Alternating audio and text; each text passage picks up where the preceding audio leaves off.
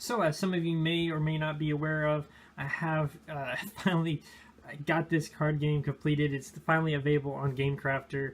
I'm going to leave that link in the description below.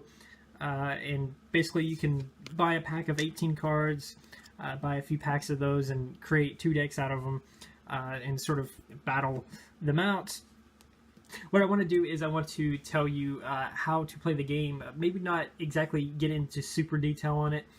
There is a rule book. You can download it as a PDF along with when you buy this game. It's right there next to it. You don't even have to buy the game to download it, I don't think. But anyway, that's all going to be in the link in the description below. What I want to do is I want to tell you a little bit about the cards and what they do, and sort of get you an idea of what the game is and stuff like that. So what it is, it's called Omnipotent, and it's a hero-villain based game where you can use power cards or environments to affect your opponent's HV cards.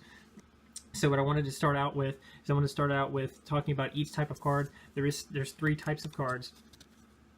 So let's start with environment. We're going to tell you a little bit about environment. So environment is the kind of cards that affect cards that are next to it. For example, if I have one here, here above it, or here, or even below it somehow, it's going to affect all 4 of those cards at the same time. So some environment cards may have an effect where you can do some kind of special condition and it affects all cards on the battlefield. But otherwise, unless it's specifically said it affects all of them, it's only ever going to affect the cards that are next to it. So this number here, this 13 you see, is the strength of the environment card. So in order to defeat an environment card, you have to deplete its strength to 0. So if I attack it, attack it, attack it, attack it, I'll eventually deplete it to 0, and it will be defeated, and it will be sent to the owner's discard pile. So that's pretty much the only thing about the environment cards that you really need to worry about. You can play up to 2 per turn, but you can't play any more than that. And here is the next card that I want to talk about, is the HV card. They're pretty important because in order to defeat your opponent, you have to defeat all of your opponent's HV cards, all of your opponent's blue cards. And they have strength up here and defense over here.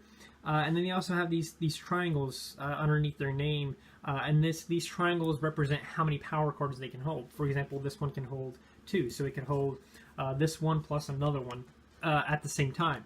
So as you can see here, you probably can't read it very well because I'm very far away from it.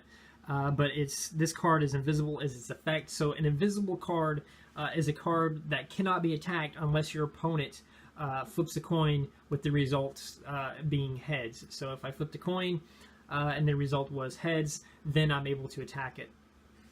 I have to basically declare I'm going to attack your invisible man, and then flip a coin. If I land heads, then the attack is successful. But anyway, it also has a speed here. You also probably can't see it because I'm very far away. But its speed is 3, and its speed involves sort of when you attack.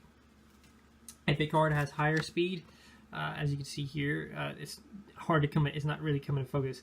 It's 5. It has a speed of 5. So if my invisible man attacked with claws, and say it was attacking my super mole here, my super mole could immediately dodge it. So when you dodge, you turn your card sideways, and now when it's that player's turn, the player that dodged, this card can no longer attack. Super mole, it can't attack that turn. However, you can still use this effect or do any of that other stuff. So back to the main card that I'm trying to use as an example.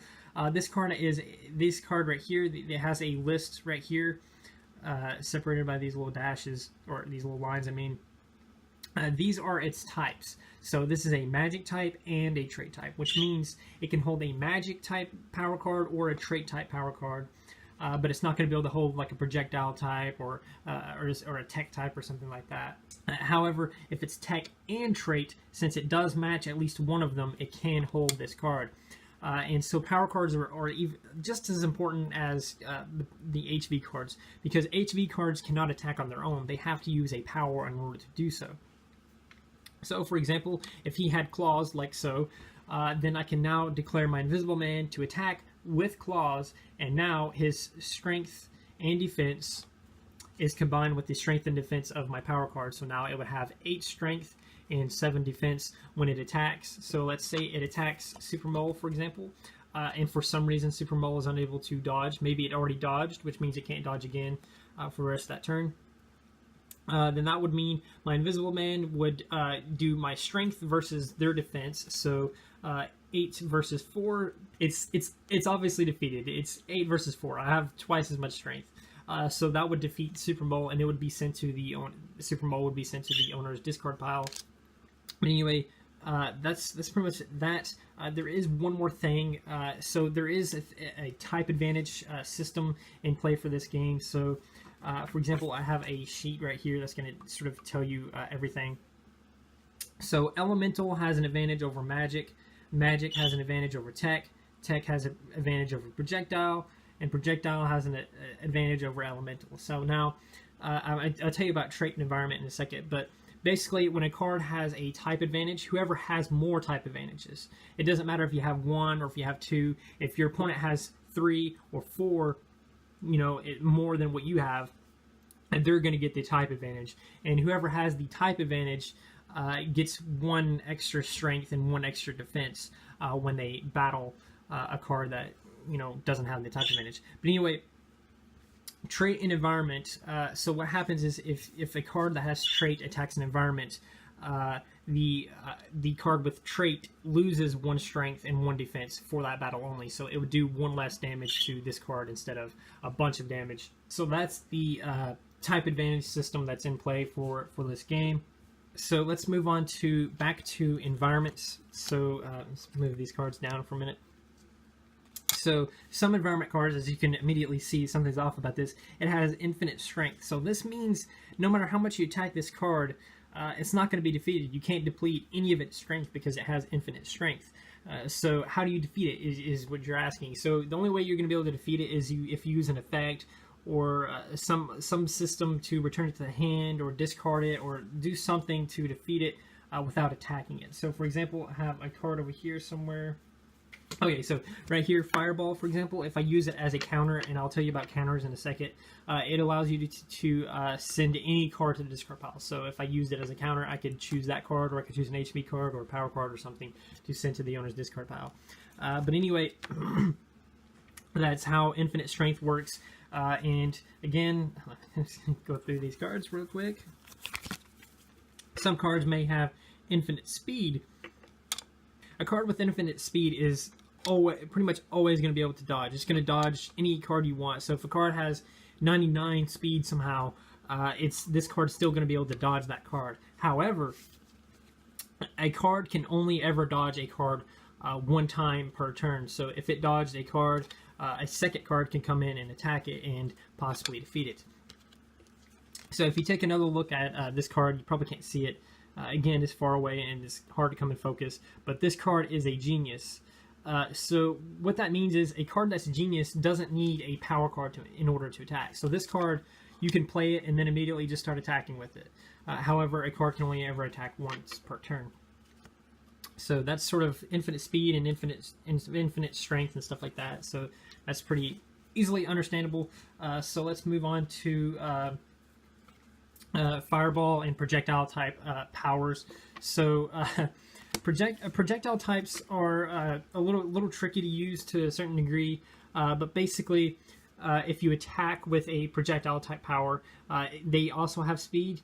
So once you do this, the speed is the only thing that's taken into account when considering dodging. So if he had this, for example, combined, that would be a ton of speed. However, since this is a projectile type power, you only take into account 8 speed, since this has 8 speed. So if I attacked, that would be 8 speed. If a card has 9 speed or higher, then that card could dodge it. So there's also another system for dodging. So for example, if my Super Mole dodged and Fireball's in my hand, so let's say Fireball's in my hand and my opponent attacked Super Mole, I could make Super Mole dodge the attack and then immediately counter. So this is where countering comes into effect to play. You can now counter with a power card that's in your hand. So I can give him this power card for a short time and then then immediately basically just attack with this card now, and I can attack any of his cards that I want. I don't even have to attack the card that I just dodged. So I can attack, for example, an environment card or one of their other HV cards or something. After that battle ends, the power card that you use to counter is immediately sent to the owner's discard pile. So that's sort of how that comes into play, and that's really countering. In case you were ever confused about countering from the rule books or whatever, that's how countering works. So let's move on to some of the other powers and stuff. I told you about Genius, and I told you about invisible cards. So let's move on to growing and giants and tinies. So when you grow, whenever you grow a card, it becomes a giant, unless it's already a shrunk card or a tiny card. But anyway, if a card is grown, its strength and its defense is doubled no matter what. So if for example, if I grew this card, it would have 10 strength and 10 defense. Now you can grow cards from different ways and stuff. For example, this one has an effect that allows you to grow it each time it defeats an HV card. So if it defeated an HV card, it would grow. Also, there's other cards and stuff. I don't have any because I couldn't just get any card I wanted. I had to buy the packs, but I didn't get one. There is a card in the game called Growing, which allows you to grow one of your HV cards. So, for example, if I played that on this one, it would now have a strength of 10 and 10. And there's no limit to how many times you can grow a card. So I could grow this one, 10 times, and it would have 50 strength, 50 defense, which would be, pretty powerful, obviously. So a card that is grown can attack up to two or more cards that your opponent controls. So this card can attack multiple cards if it was a giant or if it was grown. At the same time, if it's grown, my opponent can attack with any amount of cards against it. So if it was grown once and it had strength of 10 and defense of 10, then my opponent could just attack it with enough strength to defeat it. And the same thing for me. If I had 10-10, I can attack and do whatever damage I want. And then there's also shrinking. I don't think I have any tiny cards from the packs that I ordered. But shrinking is sort of the exact opposite, and it's pretty straightforward. If you shrink a card, its strength and its defense is halved. So if I shrunk this one, since it's actually an odd amount, it would actually just be 2 instead of 3 or 2.5. Yeah, it would just be 2 and 2. And now only tiny cards can attack tiny cards, or shrunk card can only attack shrunk cards. That's a pretty straightforward way of just explaining shrinking and growing and stuff like that. So I think that pretty much does everything. All I got to do now is just kind of tell you a little bit about the flow of the game. So let me just go ahead and put him in here. Let's shuffle a little bit. Shuffle. All right, so you shuffle and then you draw 1, 2, 3, 4, 5, 6 cards. And from these 6 cards, you need to play. You see, I only got 1 HV card, so the rules do state that you can do like a mulligan type situation where you put your hand back into the deck and then reshuffle, and then draw new cards. 1, 2, 3, 4, 5, 6. So you can do this twice, and no more times after that. So see, now I got 3. I kind of wanted to only draw 2 for this example, but anyway. So once you draw your cards, you take all the HV cards you can, up to 3, only up to 3, and you play them into your battlefield. So let's just say this is my battlefield, since it kind of props it up and you can see it. All right, so this is going to be my battlefield. And then you just keep these other cards in your hand for now. And basically, your opponent does the exact same thing, and if they have less than you, so for example, if they only drew 1 HV card and they played it, then they have to go first. Or if they drew 2 and only played 2, then they have to go first. Whoever started with the least amount of HV cards has to go first no matter what. However, if you both get 3, which is the max that you're allowed, you can roll a dice or play rock, paper, scissors, or something to that effect, and then that would then allow you to sort of decide who goes first with those methods. This glare is terrible on this card right now. I don't know why. But yeah, basically that's how it goes. And then once you decide who goes first, you draw a card. And then you can start playing power cards on your cards and stuff. So if, for example, let's see. Let's give Scared Little Thing Fireball.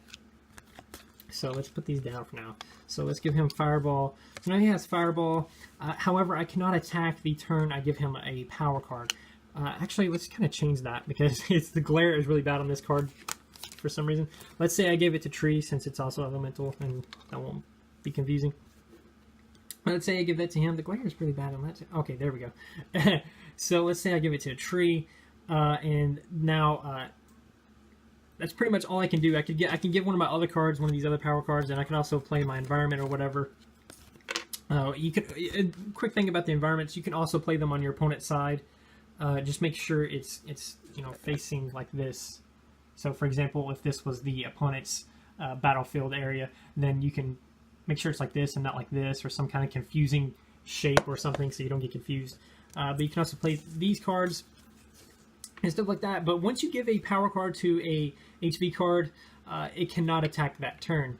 Also, another quick thing, you cannot you cannot give power cards to your opponent's HV cards. So that's pretty much really going to do it. The rest of the rules, if I missed anything, or again in that PDF file that comes with the game that you can download. And again, one more quick time, the game is called Omnipotent. And that's going to do it. Don't forget to like, subscribe, share, or comment any other questions you may have about this game. Yeah, that's going to do it. That's the end of the video. Omnipotent.